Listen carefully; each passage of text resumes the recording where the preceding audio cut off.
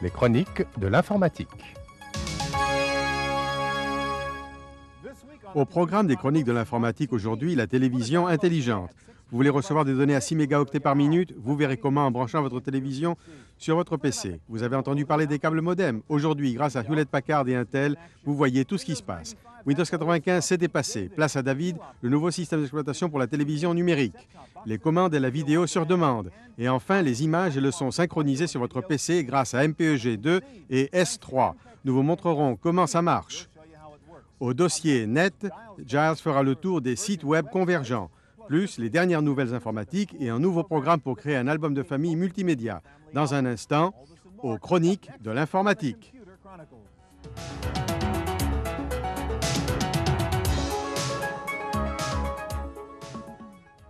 Les chroniques de l'informatique est réalisées avec le concours de Hewlett-Packard Personal Computers, les PC d'entreprise.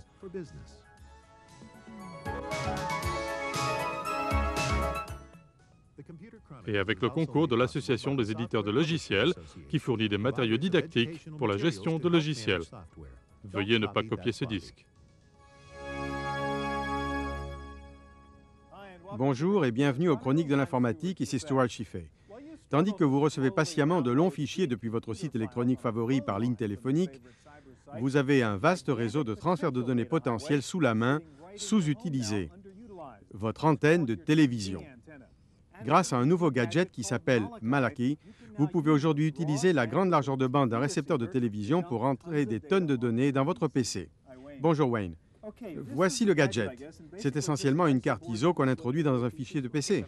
Oui, c'est une ISO carte qui s'enfile dans votre PC. Elle comprend deux puces, les deux éléments de base et la carte. Et elle permet également de recevoir et d'envoyer des images. C'est comme une carte modem, sauf qu'au lieu d'être branchée sur une ligne téléphonique, elle reçoit les signaux télévisuels. Exactement. Celle-ci n'a pas de tuner, mais elle pourra en avoir un, ce qui permettrait de transmettre un signal radiofréquence à l'arrière. Bon, montrez-moi l'interface. Voilà, c'est ce que vous verriez à l'écran en ouvrant le programme. Cela vous permet en fait de décider si vous voulez recevoir des données. Vous avez trois options: télécharger tout ce qui existe, ne rien recevoir, ou bien recevoir des données sélectives. Bien, cela suppose qu'une ou plusieurs chaînes de télévision locales ou nationales envoient des données avec leurs propres émissions. C'est exact. Cela suppose que vous recevez des signaux en permanence, que vous le voyez ou non, ces signaux. Et qu'est-ce qu'on voit en bas? Eh bien, cela vous permet de démarquer le disque dur pour éviter de charger trop de données. Cela définit quelle proportion de mon disque dur je veux réserver pour recevoir les signaux. Eh bien voilà, quand vous approchez de ce pourcentage, vous recevez des images qui disent « Vous avez un peu trop de données, voulez-vous accepter d'autres signaux ou non ?» Comment savoir ce qu'on m'envoie? Eh bien, il y a un moyen pratique. Vous avez un guide de données, vous choisissez une chaîne, disons NBC, je clique dessus, et sur une émission particulière, voilà, nous recevons des données, je clique dessus, et cela met l'émission sur la liste au programme, et j'ai créé une liste de ce que j'aimerais recevoir, dans ce cas, un programme interactif sur Seinfeld. Pendant que je regardais le feuilleton Seinfeld, j'ai reçu des données dans mon PC avec des photos et des commentaires sur Jerry, etc. Exactement. Et dans cet exemple, je ne verrai pas les données. Elles seraient intégrées dans l'intervalle vertical de suppression des signaux, et donc invisibles. Montrez-moi donc comment recevoir des programmes très vite avec la télévision. Bon, alors voici un bon exemple. Je vais dérouler cette bande. Right now, we're going to show you a great product from Microsoft called Microsoft Publisher. It is item number 3337 here on the PC. C'est une chaîne de téléachat qui vend et envoie les logiciels par voie électronique? Oui. Et vous allez voir la démonstration du produit. Il vous offre un prix spécial. Et vous verrez aussi sur l'autre écran qu'on a déjà des images qui disent « Au fait, consommateur, vous allez recevoir quelque chose dans un instant. » Il y avait déjà un message caché dans le signal vidéo. Exactement. Et une fois que Greg montre le produit proprement dit, et une fois qu'il a attiré l'attention du consommateur, il peut envoyer une version de démonstration du logiciel en quelques secondes. C'est un exemple de vente, mais on pourrait recevoir autre chose. Nous pourrions envoyer un logiciel en ce moment même pendant cette émission. Oui. Voici un bon exemple qui montre à quoi ressemblent les données. C'est ce qu'on voit en noir et blanc. Voilà à quoi ressemblent les données envoyées avec les signaux de télévision? C'est ça. Bon, comment est-ce que je sais ce qui se passe dans mon PC? Eh bien, vous pouvez regarder sur la barre jaune et vous voyez que vous avez reçu 65-66% des données. Vous voyez que vous recevez les données avec la flèche verte et quand tout est là, le tour est joué. Je vais arrêter la bande pour voir ce qu'on a reçu. Et nous avons une démonstration de Microsoft Publisher. Je vais ouvrir le programme pour le dilater parce qu'il n'arrive pas dilaté et je peux maintenant faire ce que je veux avec ce logiciel. En 15 secondes, vous m'avez envoyé une copie intégrale de Publisher qui représente un fichier de quelle taille? Près de 4 mégaoctets. J'ai tout sur mon disque dur, à ma disposition. Absolument. En fait, en plus de la version de démonstration, nous pouvons aussi envoyer une version de travail complète du logiciel sous forme de lot et avoir effectivement une transaction. Impressionnant, merci Wayne. Le rapprochement entre la télévision intelligente et les PC multimédia s'appelle la convergence, la fusion fonctionnelle de nos deux appareils ménagers favoris. Pour faire le point sur la télévision intelligente, nous sommes allés à Convergence 95, une conférence d'éditeurs de programmes télévisés intelligents qui s'est tenue récemment à San José, en Californie.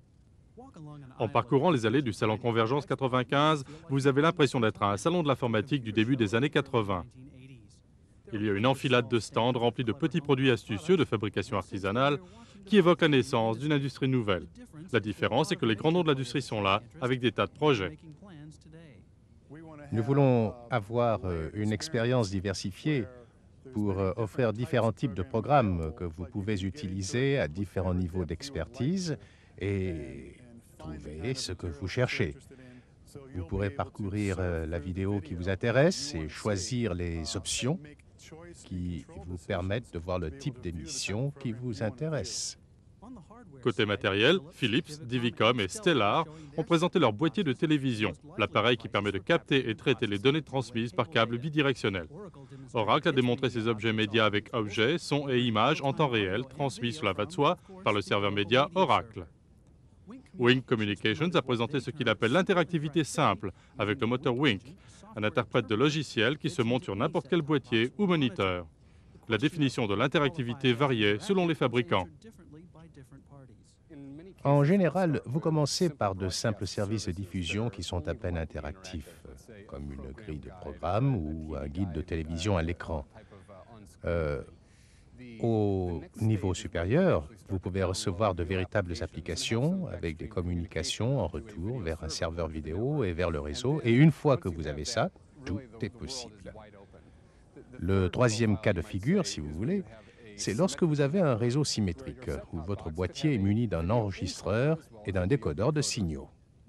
L'un des périphériques les plus astucieux présentés était l'adaptateur PCM-CIA pour les boîtiers de télévision de System Soft. Les cartes ont une mémoire extensible, peuvent recevoir vos émissions préférées et accommodent des correcteurs d'imprimantes et applications indépendantes. Pour les chroniques de l'informatique, ici Giles Bateman.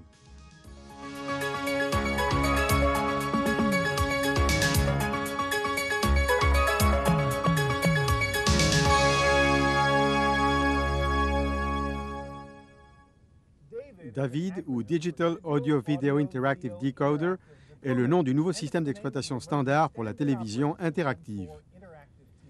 David a été créé par la compagnie Microware. Arthur, vous travaillez à Microware. Dites-nous pourquoi David est important.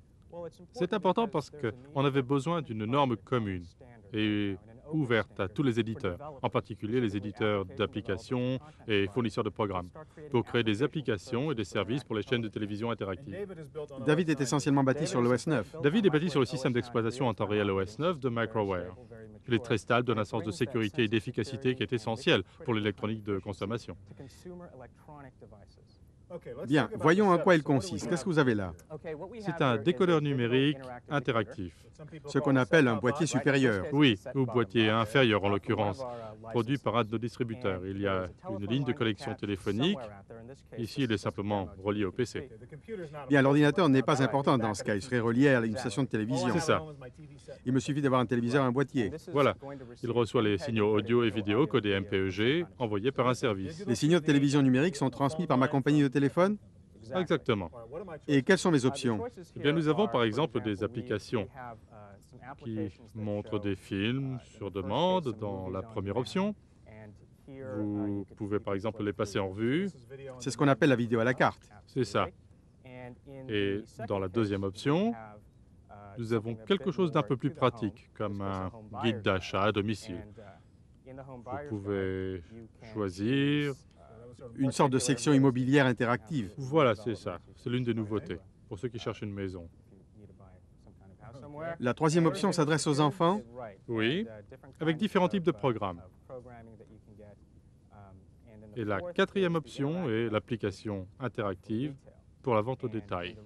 Dans cette application, vous avez des publicités de différents annonceurs, comme celle-ci, enregistrée par quelqu'un. Vous recevez également vos catalogues traditionnels, mais sous forme interactive.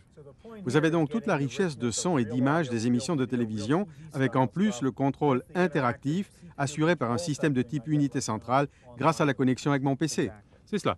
Et la dernière chose que je voudrais vous montrer, pour revenir au film sur demande, rapidement, c'est le degré d'interaction que vous obtenez. Par exemple, je peux choisir les dessins animés que je veux, je choisis mon dessin animé favori, je peux choisir n'importe quel épisode,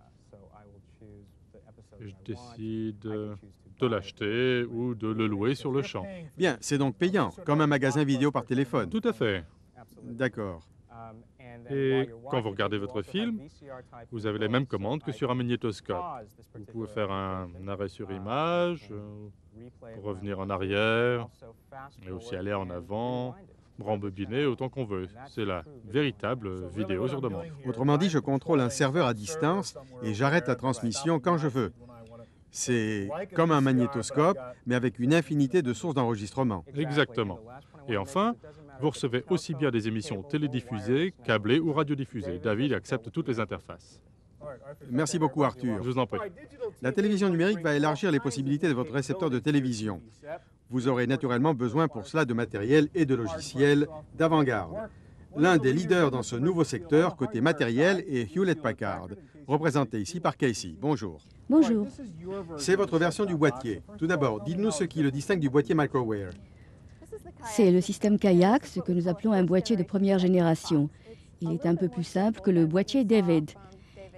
Il peut faire des choses simples, comme montrer une grille de programme électronique, c'est-à-dire votre guide de télévision à l'écran, et vous permet de sélectionner des émissions, programmer votre magnétoscope, ou trouver une émission et si vous ne savez pas sur quelle chaîne elle se trouve. Vous avez aussi le contrôle numérique audio et vidéo, c'est donc la télévision de qualité. Cela vous permet aussi de jouer à des jeux interactifs comme Zing. C'est une commande de câble-diffusion plus fine. Avant, je pouvais louer ce boîtier pour recevoir les émissions câblées, mais aujourd'hui, j'ai toutes sortes de contrôles électroniques. Tout à fait. Vous n'utilisez pas David comme système d'exploitation. C'est exact. La raison est que ce n'est pas vraiment nécessaire à ce stade. Nous utilisons un système d'exploitation beaucoup plus simple et plus petit, qui fait tout ce dont on a besoin pour l'instant. On dit que ces systèmes ne sont pas encore au point et restent très chers. Est-ce vrai? L'une des raisons pour lesquelles nous avons choisi un système d'exploitation plus simple et plus petit est que nous voulions offrir un produit abordable dans les 12 mois. En fait, nous avons déjà 1 million de commandes. Ce produit sortira mi-96 et nous négocions avec pratiquement toutes les grandes chaînes câblées pour l'offrir à leurs abonnés. Vous avez aussi un câble modem. On a vu tout à l'heure comment utiliser son récepteur de télévision pour recevoir plus de données. Montrez-nous ce que fait le câble modem. Le câble modem fonctionne comme un modem qui relie votre PC à une ligne téléphonique. Mais dans ce cas, vous le branchez sur votre ligne câblée coaxiale, ce qui augmente la vitesse de transmission. Ce modem atteint une vitesse 1000 fois supérieure à celle d'un modem 28.8. L'autre avantage d'un câble modem est qu'il ne monopolise pas une ligne téléphonique. Vous pouvez regarder une chaîne câblée tout en utilisant ce modem et il n'y a pas d'incompatibilité. À part la vitesse, quel est l'intérêt d'avoir un câble modem? En tant que consommateur, qu'est-ce que je peux faire d'autre avec? L'une des autres nouveautés intéressantes introduites grâce à l'infrastructure du câble modem est la possibilité de recevoir des services locaux auxquels vous n'avez pas accès sur l'Internet ou les services online. Vous pouvez par exemple appeler à l'école de votre enfant pour demander quel devoir il a à faire ou parler de ses résultats scolaires avec son professeur. Je reçois une vidéoclip du professeur à l'école? Exactement, qui vous dit ce que fait Sally aujourd'hui ou cette semaine. Vous pouvez recevoir le programme du cinéma de quartier, voir ce qui est à l'affiche et acheter des billets, réserver des places. Vous pouvez recevoir des services personnalisés, lire votre horoscope par exemple. Tout revient à la notion de convergence. Vous réunissez les moyens de la télévision et du PC pour contrôler ce que vous recevez à l'écran. Absolument. Contrairement à ceux qui pensent que la télévision ou le PC devraient être un outil interactif, mais pas les deux, nous pensons à HP que les deux sont compatibles. Bien, merci. L'un des grands projets en cours pour combiner la télévision et le PC se déroule à Castro Valley, en Californie, où plusieurs centaines d'heureux propriétaires de PC peuvent télécharger d'énormes fichiers en utilisant leur câble de télévision grâce à un nouveau câble modem d'Intel. À l'école secondaire de Castro Valley, près de San Francisco, les élèves de Jeff Goldstein suivent un cours de géographie. Ils étudient l'emplacement des failles sismiques et leur effet sur différents types de terrains. Les élèves utilisent une connexion Internet rapide pour recevoir des cartes qui montrent les risques de dégâts dans différents quartiers. La classe participe à une expérience de réception de services en ligne par câble de télévision à large bande. C'est adapté à l'individu, au professeur, à l'élève, à la classe. Et je dirais que son principal intérêt est qu'il s'agit d'une incroyable ressource. Et vous ne pouvez pas réunir tout ce dont vous avez besoin au même endroit, à moins d'avoir sur place la technologie nécessaire. La région de Castro Valley a été choisie par Viacom Cable et Intel pour évaluer le potentiel du câble PC dans les foyers et les écoles. Le lien Internet de l'école est toujours actif et les données sont transmises à grande vitesse large bande, près de 10 mégaoctets par seconde. On pourrait penser qu'un écran de télévision suffit, mais Intel n'est pas de cet avis. La raison pour laquelle nous avons choisi le PC plutôt que la télévision est que l'ordinateur personnel est étudié pour être interactif. Il en a les moyens et la puissance. La télévision répond à des besoins totalement différents. Elle se trouve au mauvais endroit. La plupart des gens regardent la télévision pour se détendre. Et quelle que soit la puissance de calcul que vous lui ajoutez, vous ne pouvez pas ajouter des points lumineux sur l'écran. Et vous avez essentiellement une image à faible résolution. C'est bien pour regarder pour la télévision. C'est formidable pour ça, mais pas pour faire autre chose. Mais pour les professeurs de lycée, la bataille qui s'annonce entre le PC et la télévision est un souci négligeable par rapport au coût. Tout ce qui l'intéresse, c'est d'avoir plus d'un terminal pour 35 élèves. Ici Giles Bateman pour les chroniques de l'informatique.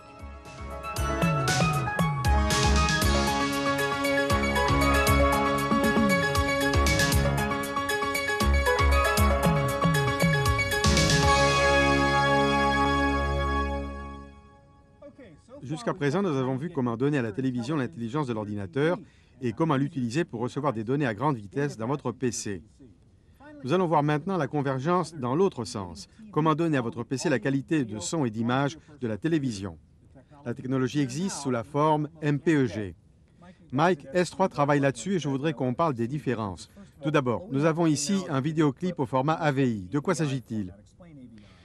Mais il s'agit de Discoverers de Knowledge Adventures qui utilisent une vidéo de marque déposée, Kodak, optimisée pour des PC plus lents, 386 ou 486 bas de gamme.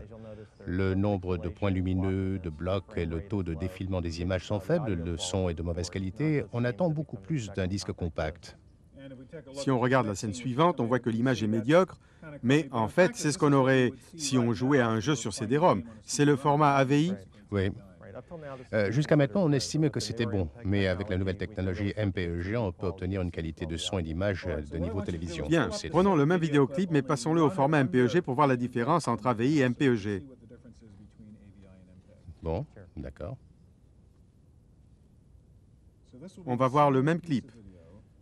Discoverers, mais au format MPEG. La qualité audio est nettement meilleure. Oui. On a la qualité CD, on voit beaucoup plus de détails. On voit les bandes de couleurs dans le ciel, les détails et les contrastes sont très nets. Le format MPEG est un code vidéo supérieur. Pourquoi est-il supérieur? Qu'est-ce qu'il a de plus que l'AVI? Il utilise un algorithme supérieur. Il demande bien sûr plus de puissance, mais les unités centrales actuelles sont plus puissantes et avec le matériel à faible coût comme les puces que notre compagnie fabrique, nous pouvons offrir ce système à très bon prix. Ici encore, si on regarde ce paysage montagneux, il est beaucoup plus net qu'avant. Ça ressemble à une vraie vidéo. Exactement. On vient de voir MPEG-1. Oui, c'est MPEG-1 optimisé pour CD-ROM. MPEG-2 sera la norme de la prochaine génération, optimisée pour la télédiffusion, le câble et les transmissions par satellite. Rapidement, je vais vous demander de passer à l'autre machine pour voir une autre vidéo qui illustre clairement la qualité de son et d'image du format MPEG, mais aussi le fait qu'on a toutes les informations numériques pour faire fonctionner le programme avec divers embranchements et interactions possibles. Bon, nous voyons ici Don Bluth, Dragon Slayer de Readysoft, un jeu interactif. Vous pouvez jouer et selon l'option choisie, je viens de me faire tuer. Je ne suis pas très doué pour ce genre de jeu, mais comme vous voyez, vous avez différents choix possibles et c'est très amusant. Alors qu'il fallait un disque laser et une énorme puissance de calcul, vous pouvez faire tout ça sur un PC. Exactement. Avec le CD-ROM. Et MPEG va d'ailleurs devenir le format standard sur ces compacts, n'est-ce pas? Oui, les modèles Presario 5500 et 9500 sont la norme MPEG. Merci Mike. Pendant que nous rêvons de câbles modem et de systèmes de transmission rapide des données à grande largeur de bande, nous devons nous contenter pour l'instant de notre modem 28.8 dans le meilleur des cas. Notre navigateur Internet, Giles Bettman, est parti à la recherche de sites de convergence. Merci Stuart. En attendant d'avoir mon câble modem, je serais bien content d'avoir un 28.8. Nul ne sait ce que sera la norme de la télévision interactive. Mais les gens de Power TV ont leur idée sur la question. Ils développent des systèmes d'exploitation pour terminaux numériques. Et si vous ne voyez pas ce que c'est, vous pouvez venir ici pour en savoir davantage. Ils mettent au point les systèmes d'exploitation qui seront montés dans les boîtiers qui rendront votre télévision interactive. Vous pouvez aussi télécharger un livre blanc sur leur technologie. À noter que j'ai également trouvé DaVinci Space and Time. Vous trouverez des émissions pour les enfants qui m'ont beaucoup intéressé. Ça en dit long sur moi. Vous avez donc des programmes en mode interactif et ils ont conçu un environnement intéressant. Voici un exemple d'environnement qui peut vous servir à naviguer pour trouver des idées de cours. Enfin, nous avons ITNet. IT signifie télévision interactive. Ils n'ont pas encore la télévision interactive, mais ils y travaillent. Vous trouverez des vidéos que vous pouvez télécharger avec le son. J'ai chargé ici un extrait du dernier film Batman. Riddle me this, riddle me that. Who's afraid of big black bats? Et maintenant, le point de l'actualité au rayon ordinateur personnel.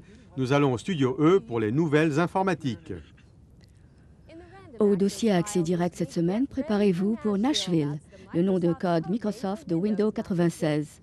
D'après InfoWorld, Microsoft a commencé à envoyer des contrats de non-divulgation pour des essais en clientèle de la nouvelle version de Windows 32 bits. On ne sait pas quand Microsoft prévoit de lancer Windows 96, mais c'est probablement pour l'an prochain. Microsoft a annoncé des baisses de prix sur ses logiciels allant jusqu'à 45%. Les prix ont baissé pour plus de 40 programmes grand public. Microsoft dit qu'il essaye d'attirer de nouveaux utilisateurs d'ordinateurs, mais pour les observateurs, c'est la preuve que la concurrence se resserre sur le marché saturé des logiciels grand public. Si vous trouvez le sous-système d'impression 16 bits de Windows 95 trop lent, Xenographics vient d'annoncer qu'il va le remplacer par un utilitaire d'impression 32 bits, baptisé SuperPrint 4.0. L'utilisation augmente la vitesse d'impression, facilite le multitâche et accroît les capacités d'impression d'Internet. Intel a fait la première démonstration de téléconférence mobile jamais offerte avec un laptop Pentium équipé d'un modem cellulaire. Hello Winston, wave to the audience so they know that you are alive.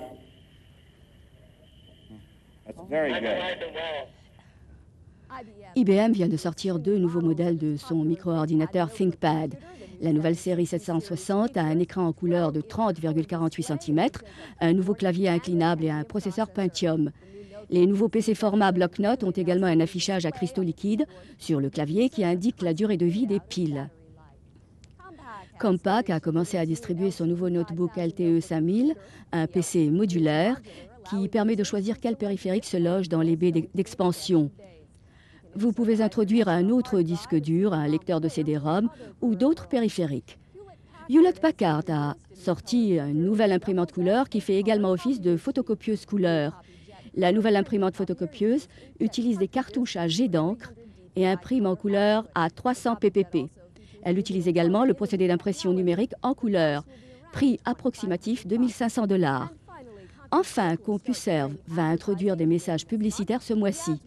Les annonces se présenteront sous forme d'icônes optionnelles sur des menus online. L'utilisateur devra sélectionner le lien icône pour voir le contenu de l'annonce. C'est tout pour aujourd'hui. À vous, Stewart. Avant de prendre congé, ma sélection de la semaine est un joli produit informatique. On voit sortir de temps en temps un logiciel qui fait quelque chose d'inédit.